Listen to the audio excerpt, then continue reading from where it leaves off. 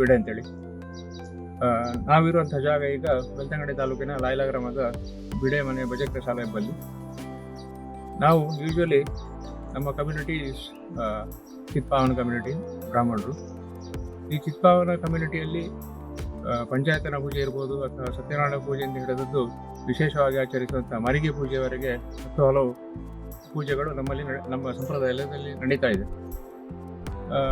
ಉಜಿರೆ ಬೆಳ್ತಂಗಡಿ ಚಿತ್ಪಾವನ ಬ್ರಾಹ್ಮಣರ ಬಳಗದ ಒಂದು ಸಣ್ಣ ಕಾರ್ಯಚಟುವಟಿಕೆಯಾಗಿ ಈ ಚಿತ್ಪಾವನವನ್ನು ಬೆಳೆಸುವಂತಹ ಒಂದು ಕಾರ್ಯಕ್ರಮವನ್ನು ನಾವು ಮಾಡಿದ್ದೇವೆ. ಚಿತ್ಪಾವನ ಮಾಡುವಂಥದ್ದು ನಿಜವಾಗಿ ಕನಸುಕೊಂಡಂಥದ್ದು ಉಜಿರೆ ಶ್ರೀ ಧರ್ಮಸ್ಥಳ ಮಂಜುನಾಥೇಶ್ವರ ಕಾಲೇಜಿನ ಪ್ರಾಧ್ಯಾಪಕರಾದಂಥ ಶ್ರೀ ಗಣೇಶಂಗಿಯವರು.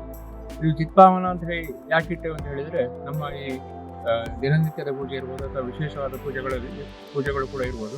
ಈ ಪೂಜೆಗಳಲ್ಲಿ ಬಳಸುವಂಥ ಸತ್ಯನಾರಾಯಣ ಪೂಜೆಯಿಂದ ಹಿಡಿದದ್ದು ಮರಿಗೆ ಪೂಜೆಯವರೆಗಿನ ಸಾಧಾರಣ ನಮ್ಮ ವೈದಿಕರನ್ನು ಕಾಂಟ್ಯಾಕ್ಟ್ ಆದಾಗ 114 ವೆರೈಟಿಯ ಹೂವು ಇರ್ಬೋದು, ಪತ್ರಗಳಿರ್ಬೋದು, ಪುಷ್ಪಗಳಿರ್ಬೋದು, ಇದು ಅಗತ್ಯ ಅಂತ ಹೇಳುವಂಥ ಒಂದು ನಿಟ್ಟಿನಲ್ಲಿ ಒಂದು ಲಿಸ್ಟನ್ನು ತಯಾರು ಮಾಡಿದ್ರು. ಆ ಲಿಸ್ಟನ್ನಲ್ಲಿ ಮಾಡಿದಂಥ ಎಲ್ಲ ಗಿಡಗಳನ್ನು ಒಂದೇ ಕಡೆಯಲ್ಲಿ ಸಂರಕ್ಷಣೆ ಮಾಡುವ, ಮುಂದಿನ ಪೀಳಿಗೆಗೆ ಗುರುತು ಹಿಡಿಯುವ ಸಲುವಾಗಿ ಇದನ್ನು ಮಾಡಿದ್ದಲ್ಲದೆ ಯಾವುದೇ ವ್ಯಾಪಾರೀಕರಣವಾಗಿ ಮಾಡಿದ ಉದ್ದೇಶದಿಂದ ಮಾಡಿದಂಥ ಚಿತ್ಪಾವನವಲ್ಲ. ಜಪಾನ್ನಲ್ಲಿ ಒಂದು ಮಿಯಾವಾಕಿ ವೇ ಆಫ್ ಪ್ಲಾಂಟೇಶನ್ ಅಂತ ಡೆನ್ಸ್ ಫಾರೆಸ್ಟ್ ಮಾಡುವಂಥ ಒಂದು ಕಲ್ಚರ್ ಇದೆ. ಅದರಲ್ಲಿ ಏನು ಅಂತ ಹೇಳಿದ್ರೆ, ನೀರು, ಒಳ್ಳೆಯ ಸೂರ್ಯನ ಬೆಳಕು ಮತ್ತೆ ಫಲವತ್ತಾದ ಭೂಮಿ, ಇದು ಮೂರು ಇದ್ರೂ ಕೂಡ ಯಾವ ಗಿಡಗಳು ಎಲ್ಲಿ ನಟರು ಕೂಡ ಬದುಕಬೇಕು ಅಂತ ಹೇಳುವಂಥದ್ದು ಅವ್ರದ್ದು ಥಿಯರಿ.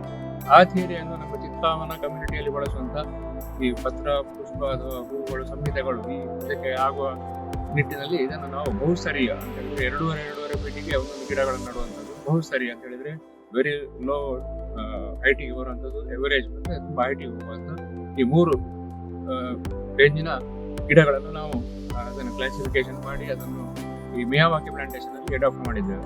ಈ ಕಾಡಿನಲ್ಲಿ ನಾವು ನೋಡಿರ್ಬೋದು, ತುಂಬಾ ಕಾಡುಗಳಲ್ಲಿ ಯಥೇಚ್ಛವಾದ ಮರಗಳು ಹತ್ರ ಬೆಳೆದಿರುತ್ತದೆ.